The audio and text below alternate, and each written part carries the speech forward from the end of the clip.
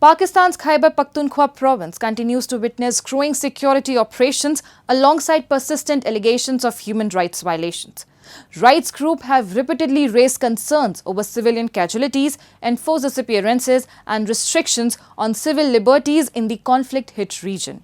During a side event at the 62nd session of the United Nations Human Rights Council, Pashtun human rights defender Fazal-ur Rehman Afridi echoed these concerns, alleging that the situation has further worsened amid ongoing military operations. A report. Khyber Pakhtunkhwa has remained one of Pakistan's most volatile regions, with security forces carrying out frequent counter-terrorism operations against militant groups.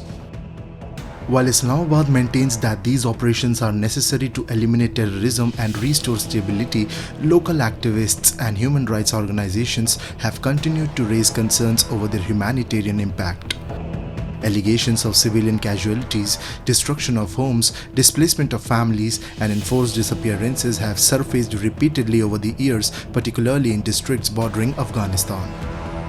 The 62nd session of the United Nations Human Rights Council is currently underway in Geneva, bringing together governments, rights experts, and civil society groups to discuss global human rights concerns. We are here to raise different issues concerning the Pashtun nation. Of course, you know about it that several military operations are underway in different parts of Khyber Pakhtunkhwa, in which Pakistani army is using mortar shells, gunship helicopters, and even jet bombers, killing and injuring innocent civilians. And even they are destroying now, again, just like in the previous war on terror, so-called war on terror, they are destroying our homes and properties also. And the basic thing is that the proxies of Pakistan, the TTP, and the Pakistan army, they are fighting, a fake war with each other, in which most of the time innocent civilians, particularly women and children, are killed even in their homes. But on the side of the Pakistani military and the TTP, there seems to be no casualties. And even now they are using drones against the Pashtun people.